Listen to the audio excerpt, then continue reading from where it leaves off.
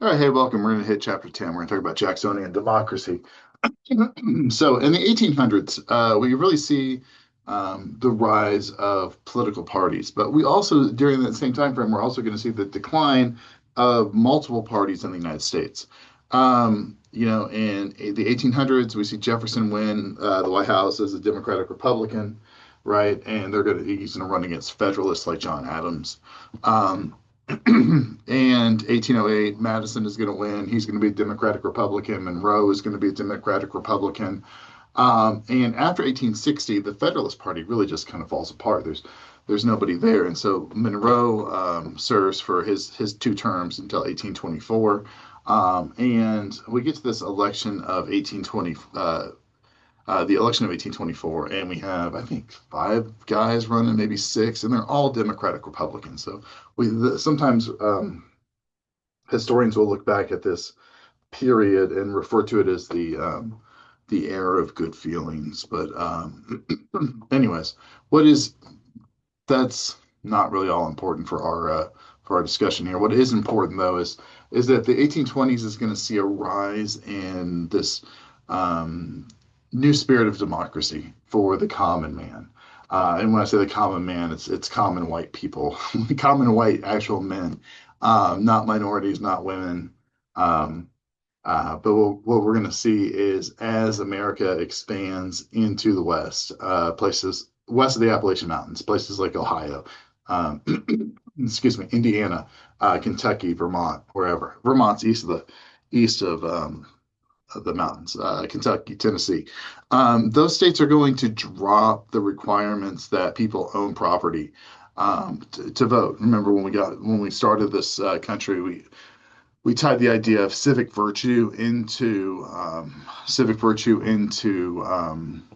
land ownership. By the 1820s, that's kind of gone away, and common people that are moving west of the Appalachians and settling in these new territories aren't going to have requirements for their vote like that. Kentucky and Vermont do away with the property requirement. Ohio asks people to pay a small tax to vote. Alabama doesn't have land ownership, and so we have those new opportunities. The election of 1824 is going to come around, and like I said before, we're going to have a number of people running, but the two main candidates are going to be Andrew Jackson and John Quincy Adams. Jackson is interesting because he's a gentleman that grew up on the East Coast, was born into poverty during the American Revolution, or came of age during that time frame, and then moves west, and he makes his fortune in Tennessee, in Nashville. John Quincy Adams is the son of John Adams, the second president. Um, in a different time frame, John Quincy Adams would have been considered a Federalist. And even when he does, Adams is going to win this election, and his actions during this aftermath during his presidency are going to be very similar to the Federalist, right? Jackson is actually going to win the popular vote of 1824, but he fails to win an electoral majority. And so when we have a failure of a candidate to win the electoral majority, the election goes to the House of Representatives.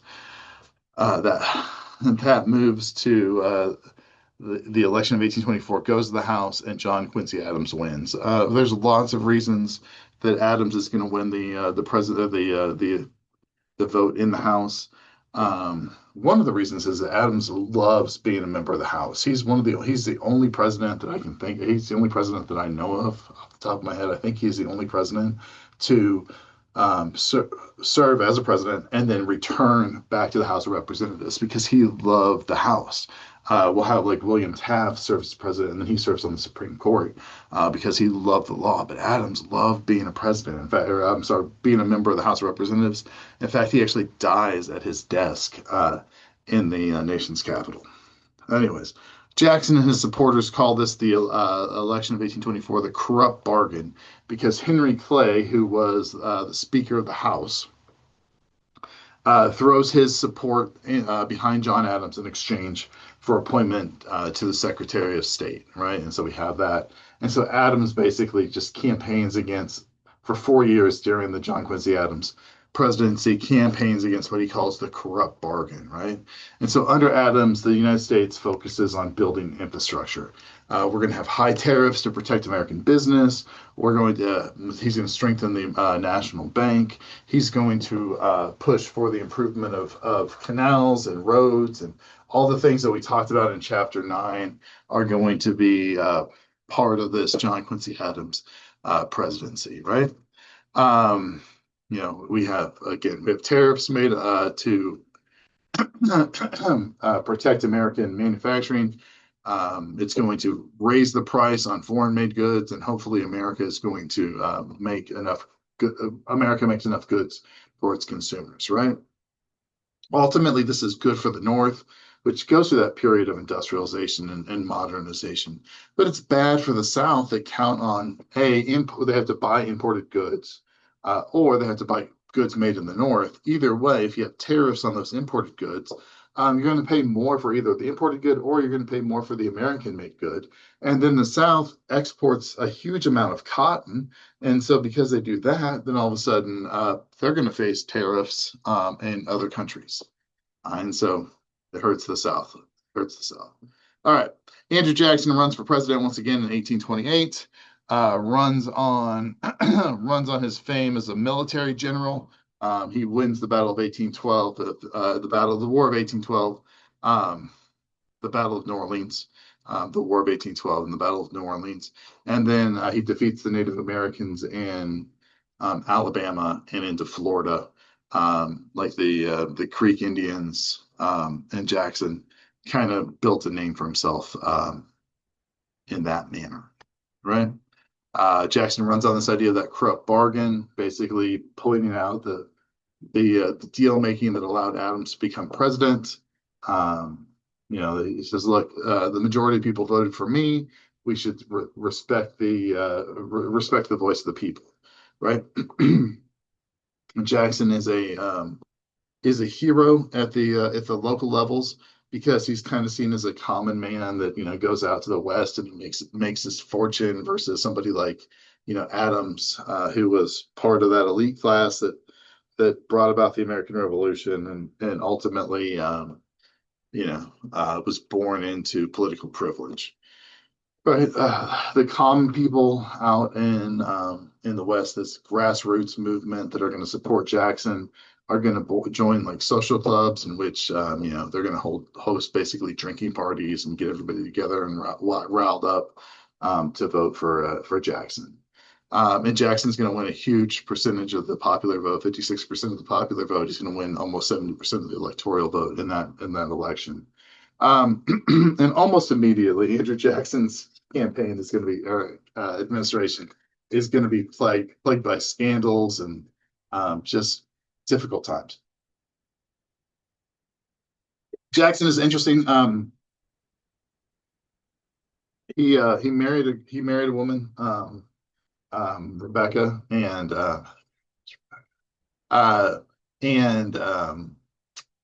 turned out that she was married before, but she thought her husband had abandoned her, and so she thought he was dead, and so she and Jackson get married, and then the husband shows up and demands money, trying to extort money from Jackson and his new wife.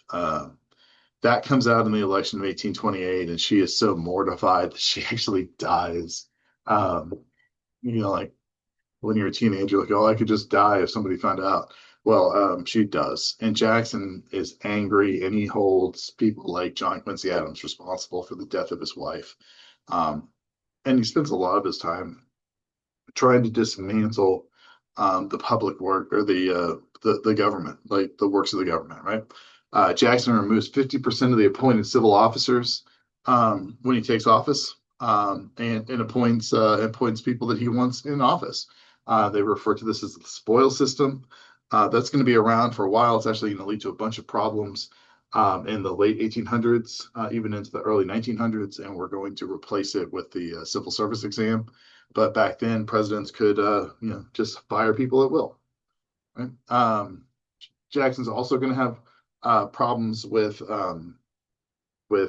tariffs. In 1828, we're going to pass a new tariff, and Former Vice President John C. Calhoun is going to argue that if most of the nation acted against the interests of a regional minority, then that individual state or minority could void a federal law.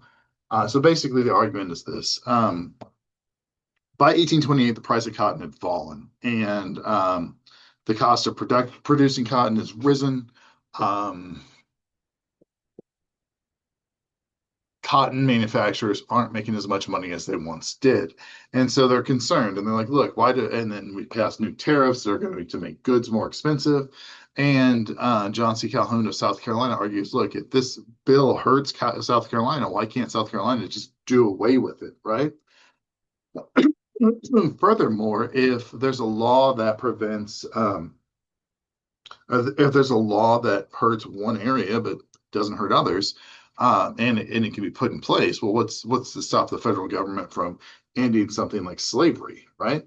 And so Calhoun and South Carolina began to frame this argument against tariffs around this idea of slavery.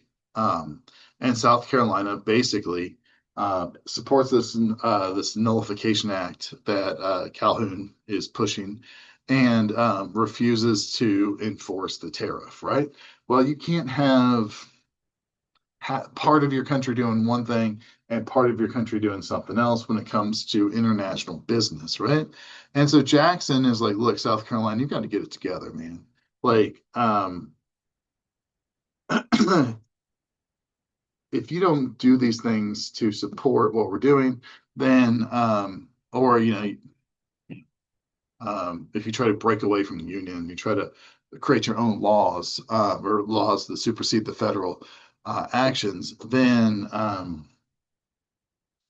we might have to, use force, right? We're gonna preserve the union against anyone who attempts to break it apart. South Carolina passes a state bill that declares the tariffs of 1828 and 1832 void. And then Jackson issues this nullification proclamation that says states don't have the power to void federal laws, right? And there's a real chance of war or violence breaking out. South Carolina calls up 10,000 volunteers.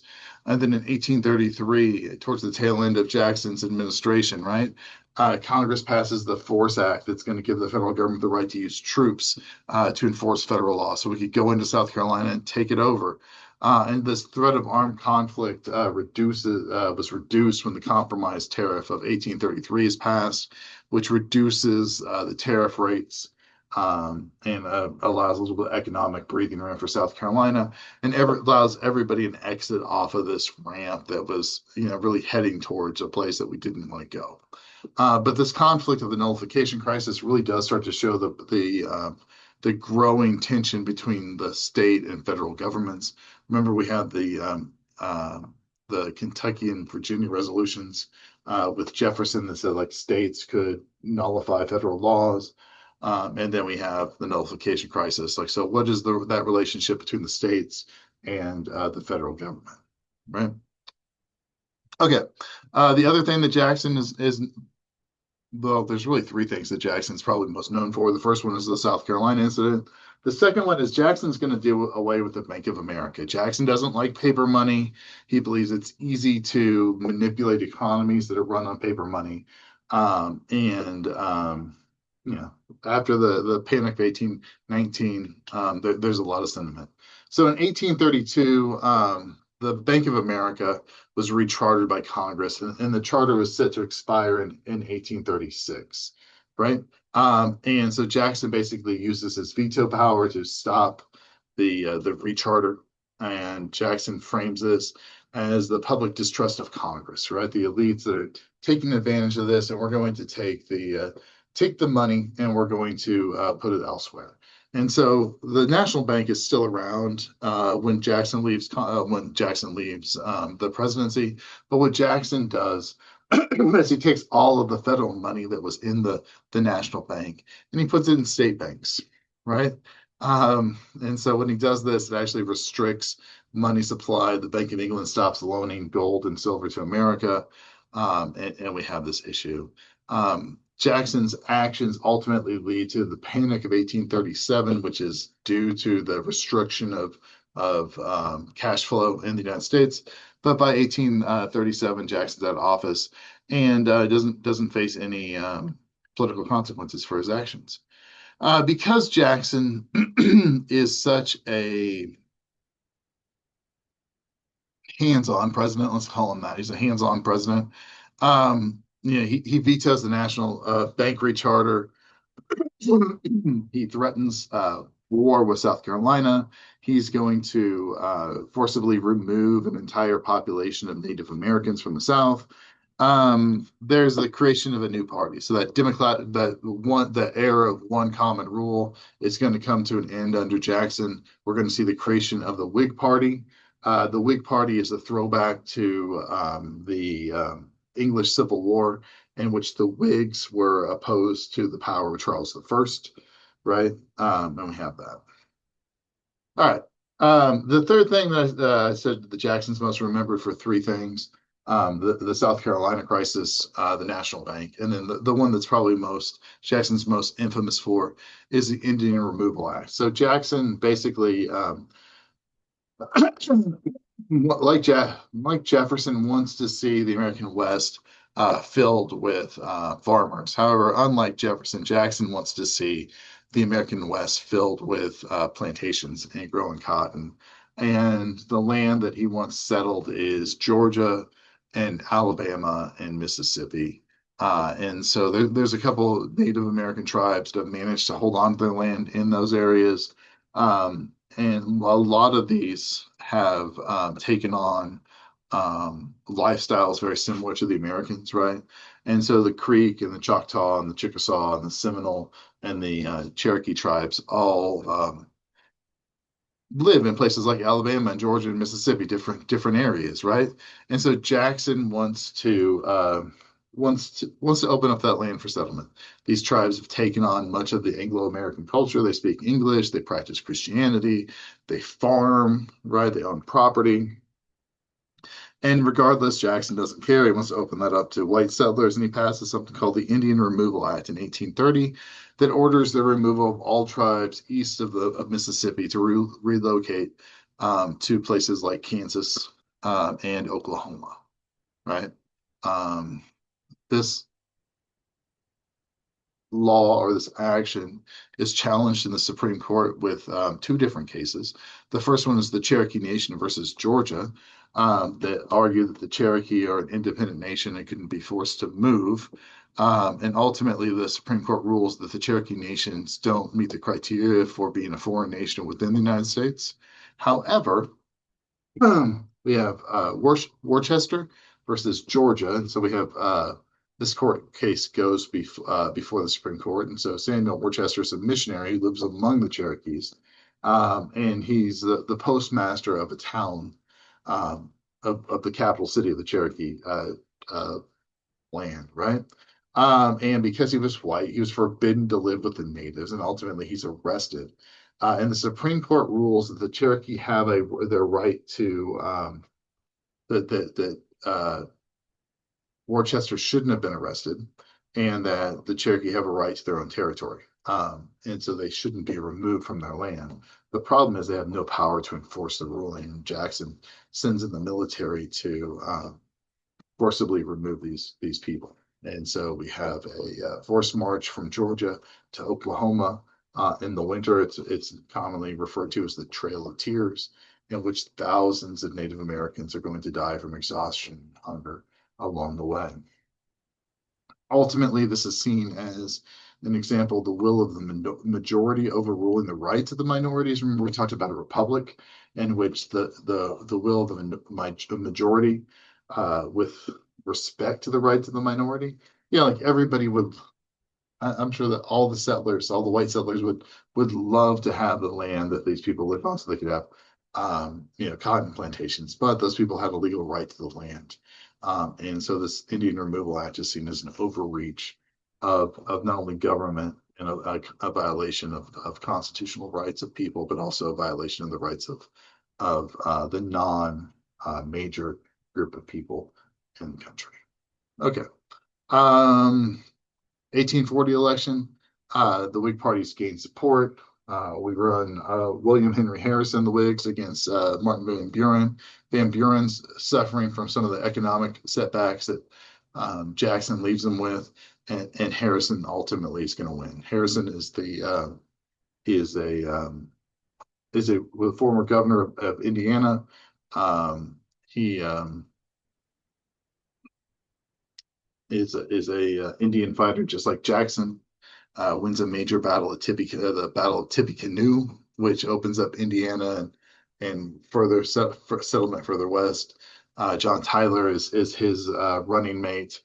Um, and the Whigs, much like Jackson and his Hickory clubs, the Whigs are going to rally the vote of the common people, by holding rallies. One of the things they do is they provide whiskey to the people that show up to these rallies, and the whiskey company, CE Booze Company, is where the whiskey comes from, and this is where the nickname Booze comes from for alcohol. All right. Harrison wins and then proceeds to give his inauguration speech in the rain without a coat and dies shortly thereafter.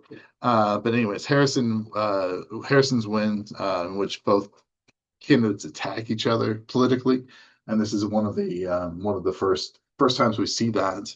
It's often referred to the election of 1840 as one of the first modern elections due to the grassroots organization and the mudslinging back and forth between the two candidates. All right, so that's Jackson. Probably not the best overall coverage of Andrew Jackson, but gives you a brief overview of his presidency and a little bit about his life, I suppose.